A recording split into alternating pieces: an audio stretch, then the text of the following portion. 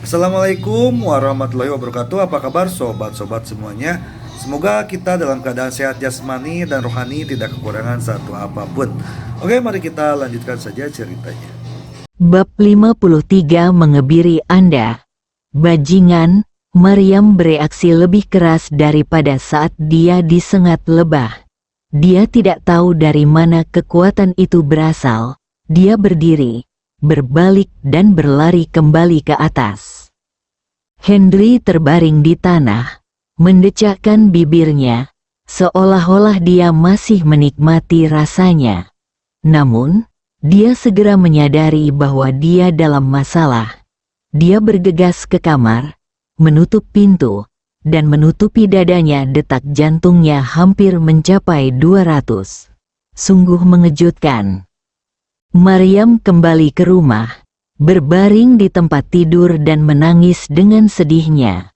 Bajingan ini telah memanfaatkannya selama 2 hari berturut-turut, dan dia semakin memanfaatkannya, menjadi semakin berlebihan. Kalau dipikir-pikir, dia menjadi semakin sedih. Henry bersembunyi di dalam rumah dan tidak pernah berani keluar rumah, bahkan tidak berani mandi. Awalnya dia hanya ingin menangis untuk melewatinya, tapi dia tidak menyangka kecelakaan seperti itu akan terjadi. Dia benar-benar tidak bersungguh-sungguh, dan itu bahkan lebih menyakitkan baginya jika dia tidak memahaminya sejenak dan menghancurkan masa kecilnya. Dia mungkin akan menyimpan dendam seumur hidupnya. Seiring berjalannya waktu, ia merasakan kelopak matanya semakin berat, hingga akhirnya tertidur sambil berbaring di tempat tidur. Maryam duduk di kamar, tidak tidur. Matanya merah dan bengkak karena menangis. Melihat waktunya hampir habis, dia membuka laci dan meletakkan gunting berwarna cerah di meja samping tempat tidur. Maryam mengambil gunting, dengan tekad di wajahnya, membuka pintu dan berjalan keluar. Di lantai bawah sepi, tidak ada suara, dan bahkan terdengar dengkuran dari kamar Henry. Mata Maryam bersinar dingin, dan melalui sinar bulan, gunting itu memancarkan cahaya dingin. Mata yang dingin, sinar bulan yang dingin, dan cahaya dingin dari gunting memberinya tatapan dingin, bahkan garang. Pada saat ini, dia tampak seperti seorang pembunuh wanita, dengan hanya satu pikiran di benaknya, mengebiri Henry. Ketika dia sampai di pintu kamar Henry, dia mendorongnya dengan lembut dan pintu terbuka, tetapi tidak dikunci. Hal ini membuat Maryam semakin yakin bahwa itu adalah kehendak Tuhan dan hukuman Tuhan untuk orang cabul ini. Henry sedang berbaring di tempat tidur, hanya mengenakan sepotong pakaian kecil yang menutupi bagian-bagian penting tubuhnya. Maryam dipenuhi rasa jijik saat melihat wajah Henry. Berpikir hampir telanjang olehnya ketika dia kembali di malam hari. Kebencian di hatinya menjadi semakin kuat dengan lembut. Saat ini, dia hanya memiliki satu pikiran di benaknya, yaitu memotongnya dengan gunting dan membuatnya tidak bisa menjadi laki-laki seumur hidupnya. Jika ada penyesalan, saya tidak memiliki gunting buaya Yue Laosan di film naga. Jika saya memiliki gunting itu, saya tidak perlu mendekat dan melihat hal-hal menjijikkan seperti itu. Semakin dekat, sorot mata Maryam sangat tegas. Gunting telah dibuka secara maksimal, dan dia perlahan menyelidikinya. Dia menarik napas panjang, menenangkan suasana hatinya, mengertakkan gigi untuk terakhir kalinya, menguatkan hatinya, dan bersiap menghadapi pukulan terakhir, membuatnya menyesal menjadi seorang pria. Istri, Henry tiba-tiba berteriak. Maryam sangat ketakutan sehingga dia segera mengambil kembali guntingnya dan berjongkok, hampir tergeletak di tanah, mengira Henry telah bangun. Setelah sekitar 2 menit, Henry tidak berbicara lagi, seolah-olah tidak terjadi apa-apa. Maryam menghela nafas panjang. Ternyata dia berbicara dalam tidurnya, yang hampir membuatnya takut sampai mati. Namun, dia memanggil dirinya sendiri dalam mimpi.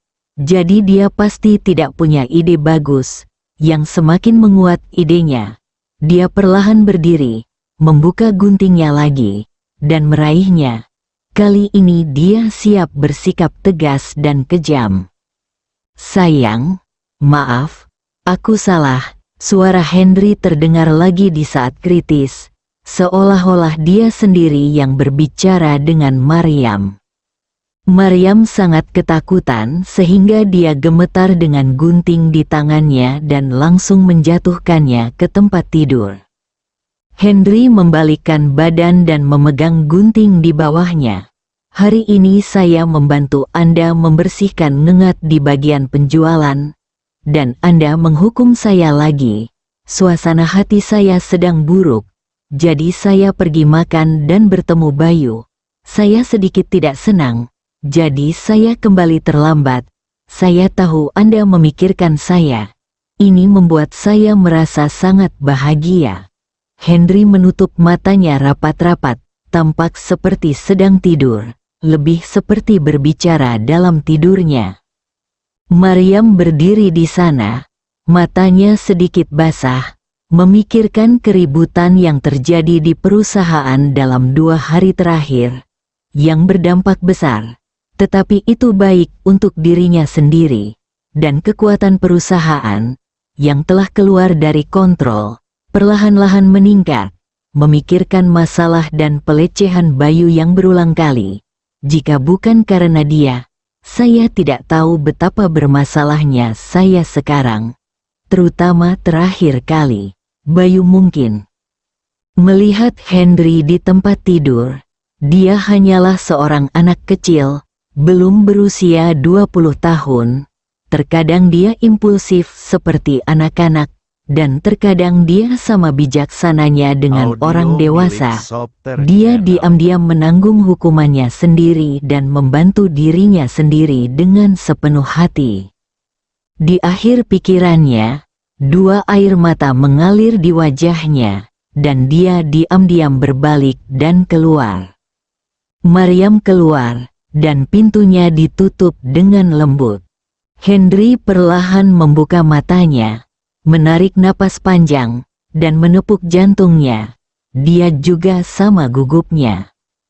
Melihat gunting di tempat tidur, sungguh dingin dan berkedip, hati wanita paling beracun, saya mendapat pelajaran hari ini. Faktanya, Henry belum benar-benar tidur. Dia telah memikirkan bagaimana membiarkan kejadian di malam hari itu berlalu. Dia tahu bahwa Maryam tidak akan melepaskannya sampai amarahnya hilang. Tetapi jika dia meminta maaf, sepertinya tidak mungkin mendapatkan pengampunan.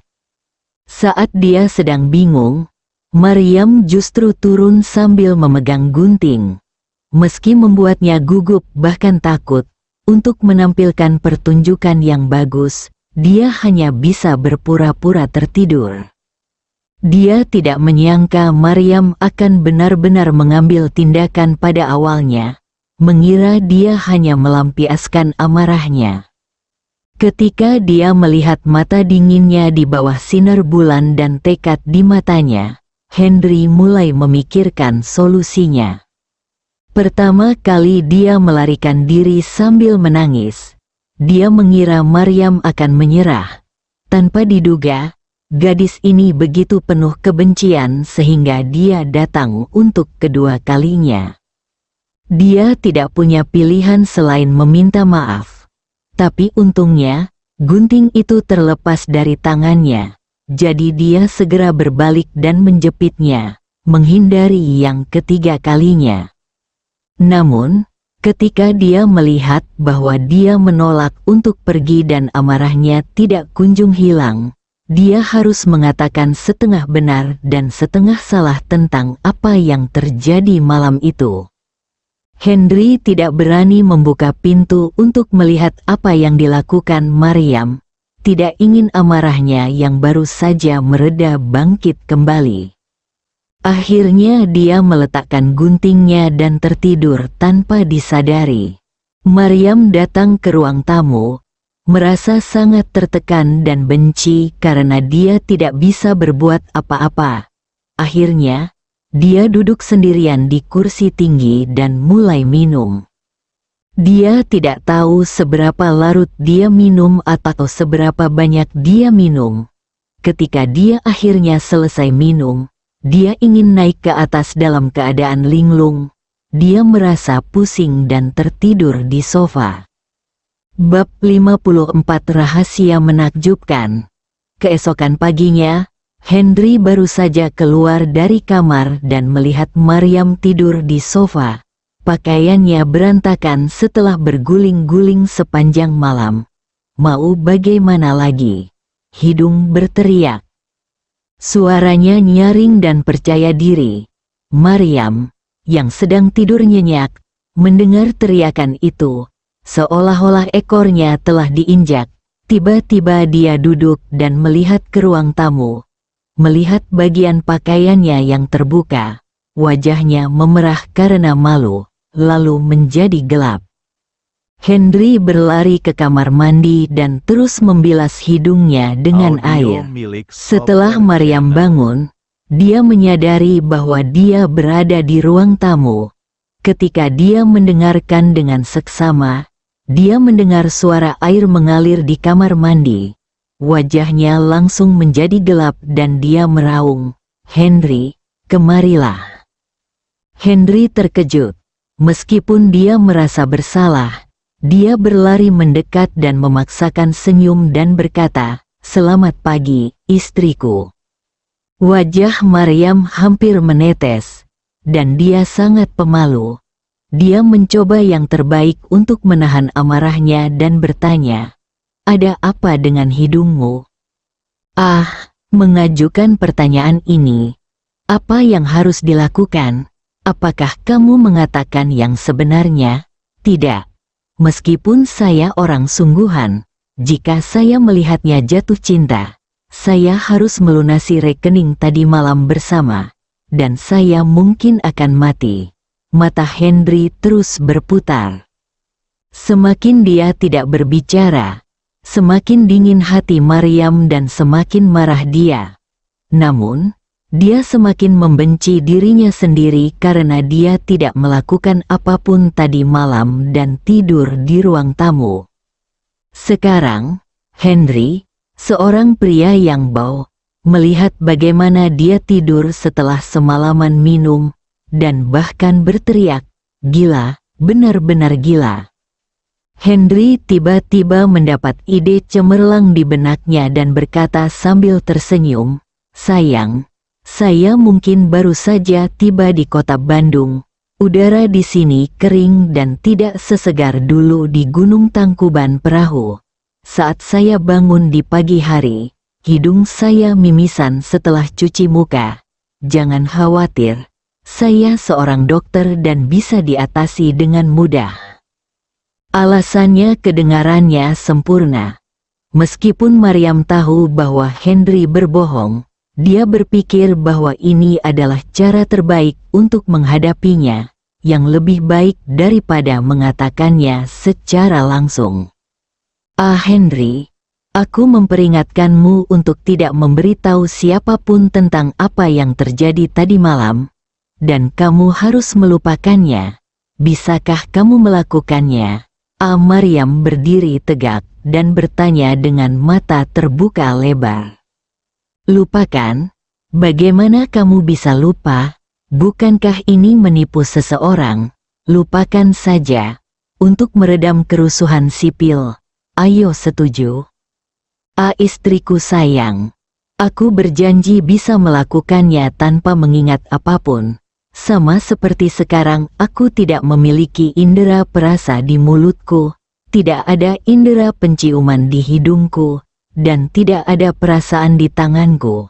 Henry berdiri tegak dan berkata banyak. Maryam relatif senang setelah mendengar bagian pertama kalimat, tetapi wajahnya berubah menjadi hijau ketika mendengar bagian kedua. Oke, kuharap kamu bisa melakukannya. Sekarang aku secara resmi memberitahumu sesuatu. Mulai sekarang, kamu harus pulang kerja bersamaku setiap hari. Jika kejadian keterlambatan pulang kemarin terjadi lagi, kamu akan keluar dari villa ini, brengsek, tidak perlu berpura-pura menjadi tunangan, kata Maryam sambil mengetuk meja. Oke, tidak masalah. Saya setuju. Henry merasa lega ketika mendengar bahwa Maryam tidak lagi melanjutkan masalah ini. Namun, Henry memiliki sesuatu yang lebih menarik hari ini, yaitu mengapresiasi hubungannya. Namun, kegembiraan ini baru saja muncul dan segera musnah dalam bayang-bayang tubuh kekanak-kanakannya sendiri. Juga, saat kamu berpura-pura menjadi tunanganku, aku peringatkan kamu untuk tidak terlalu dekat dengan Guo Warner dan gadis yang kamu traktir. Apalagi kembali ke villa ini dengan aroma parfum mereka. Aku merasa mual. Ingat, Maryam merasa tertekan ketika memikirkan bagaimana kemarin ketika Henry masuk ke rumah dan memeluknya hingga menangis. Jika bukan karena mengidentifikasi aroma parfum pada seorang wanita, hal buruk yang terjadi kemudian tidak akan terjadi. Henry menatap Maryam selama 3 detik penuh. Aku akan mengingatnya. Aku berjanji akan melakukannya. Henry menggaruk bagian belakang kepalanya. Maryam memelototi Henry, tidak berkata apa-apa, dan mulai berkemas dan bersiap untuk bekerja. Dan Henry telah memikirkan bagaimana cara mengejutkan Maryam dan membuatnya memandangnya secara berbeda. Pagi ini, suasana hati Maryam sedang buruk karena kejadian ini. Henry berperilaku sangat baik, tidak mengatakan apa-apa dan melakukan urusannya sendiri dengan diam-diam. Maryam bahkan lebih bingung di dalam hatinya. Pria ini telah banyak membantunya sehingga dia bahkan tidak tahan dengan ketidakhadirannya. Tetapi ketika dia memikirkan perselingkuhannya dengan Guo Warner di perusahaan, dan ketika dia berpikir untuk kembali terlambat, dia merasa sangat marah. Apakah dia benar-benar jatuh cinta padanya? Ide ini ditolak oleh Maryam begitu muncul. Maryam mengantar Henry ke perusahaan di pagi hari. Ketika dia mendekati perusahaan, Henry turun dari mobil lebih awal. Ketika dia sampai di gerbang perusahaan, dia menemukan sekelompok orang gelap berdiri di depan pintu. Maryam baru saja menghentikan mobilnya dan keluar dari mobil. Melihat Maryam, karyawan perusahaan di depan pintu dengan sadar menyingkir. Henry tidak tahu apa yang sedang terjadi, jadi dia segera mengambil beberapa langkah dan mengikuti Maryam masuk. Berjalan ke gerbang perusahaan, Henry tersenyum dan menemukan bahwa pintu perusahaan terkunci dan tidak ada penjaga keamanan di pintu. Maryam segera mengerutkan kening, menunjuk ke pintu, dan bertanya dengan wajah bingung, apa yang terjadi? Seorang karyawan di sebelahnya berkata, Ketua, saya mendengar perusahaan keamanan King Yun telah menarik semua orangnya. Mereka bukan lagi penjaga keamanan perusahaan kami. Apakah tidak ada kontraknya? Maryam berkata dengan marah. Saya kurang tahu detailnya. Setelah satpam mundur, mereka mengunci pintu perusahaan agar barang tidak hilang. Sekarang kami tidak bisa masuk, lanjut karyawan tersebut. Henry melihat ke pintu. Satu pintu untuk masuk ke dalam mobil, menggunakan pintu dorong dan tarik setinggi sekitar 1,5 meter. Sangat tinggi dan mulus, dan tidak mungkin untuk melompat masuk. Pintu pejalan kaki merupakan pintu tertutup yang dapat diakses dengan menggesekkan kartu. Mungkin karena khawatir ada orang luar yang masuk, mereka membungkus lebih dari selusin rantai dengan rantai besi setebal ibu jari dan akhirnya mengelasnya agar tidak ada yang bisa masuk. Di mana wakil ketua Wang? Bukankah Anda melaporkannya kepadanya? Mengapa dia tidak datang untuk menanganinya? Maryam sangat marah hingga dia lupa bahwa Wang Guoqing telah mengundurkan diri. Dikatakan dia mengundurkan diri dan telah meminta sekretaris untuk mengurus formalitasnya. Bisik seorang karyawan di belakangnya. Maryam tiba-tiba mengingatnya, tetapi segera mengerti bahwa ini adalah tipuan kecil yang dilakukan Wang Guoqing dan perusahaan keamanan King Yun untuk mempermalukan perusahaan. Tetapi sungguh cukup buruk melihat mereka memblokir pintu pagi-pagi sekali. Bersambung.